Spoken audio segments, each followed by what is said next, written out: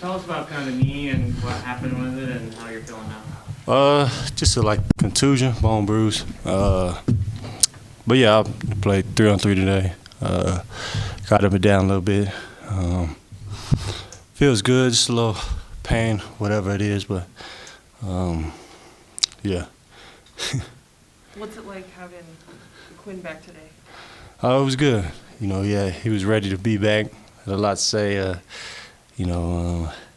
Being his regular self. So it was awesome having him back today. In practice, hearing his voice and in the film session. What were kind of the differences in those days when Alex was kind of in charge? It was good. I think Alex does a good job communicating with all of us, even when Quinn is here. So I think he came in there, did a great job talking to us. Following the game plans, executions, doing everything really well. So I think he did a great job in those games that Quinn was gone. You've obviously been in the league for a while, dealt with some trade deadlines. How do you kind of go about handling the week leading up to it? I don't know.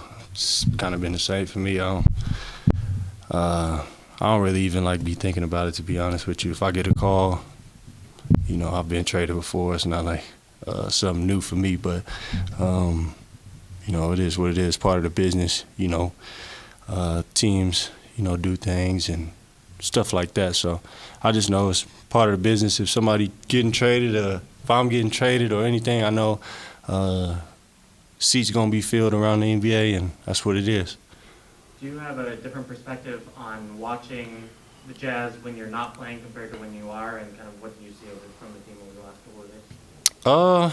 I've really seen the growth of the young guys. Being them, getting out there to play and get to play in the system, live action against some other NBA guys instead of playing against us and practice and stuff like that. So the growth between them has been really good. Trent has really been playing super well, and seeing his growth over these last years has been amazing to me. He's even taking the three now confidently, knocked a few of those down and making plays and doing what he does defensively. So I think those games that I've been out and God's been in and out of the rotation, I think it's been really good for our young guys and the development for them.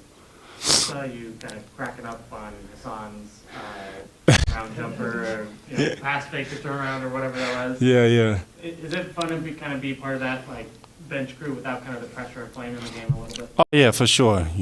Like you said, it's you're just watching now and kind of just getting to really enjoy the game and watch it from a different perspective in terms of learning and seeing what's going on the floor and stuff like that. So, and then just interacting with my teammates, when they're coming over to the sideline and the benches and stuff, just playful conversation, sometimes conversation about the game, sometimes just whatever it is. But it's definitely different watching, and I definitely want to get back out there soon. Are you talking more to the veteran kind of regular guys? Or are you making a point to talk to the Trents and the Jareds? Telling them what you see. For real, just everybody. I just told the person I was really talking to was Doak, for real. Just telling them, shoot, you screen, you gonna get Mike the ball. Mike make you some money. And just telling them, man, get Mike open and roll, run. And simple stuff like that, and then just talking to Trent, just telling him stay aggressive, and that's what we needed in those games, these past games. So just talking with everybody, Rudy Gay, just the same old same.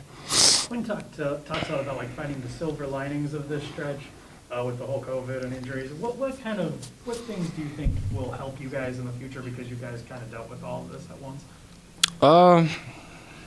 I know the defense sucked, but it was really defensive versatility, just because we had to do so many things on that end that was different with this whole last 4 weeks, this whole month, with different guys being out, different rotations, and playing with different guys in different lineups.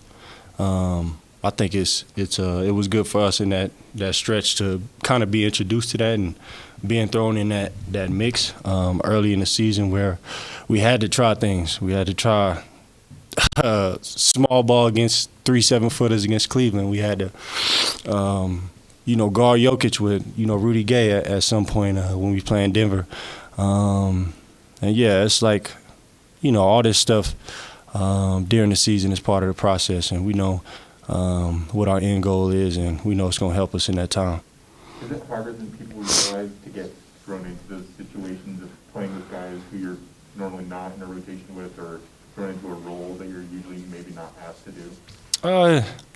It's some instance of it just because of spacing and chemistry and just stuff that's used to seeing is a little bit different on the floor with different personnel. But in terms of those guys coming in, playing hard and competing and doing everything, I don't think any of that changed. So I think we did a good job of competing in games and having a chance to win some. But I really don't think much of it really changes a lot.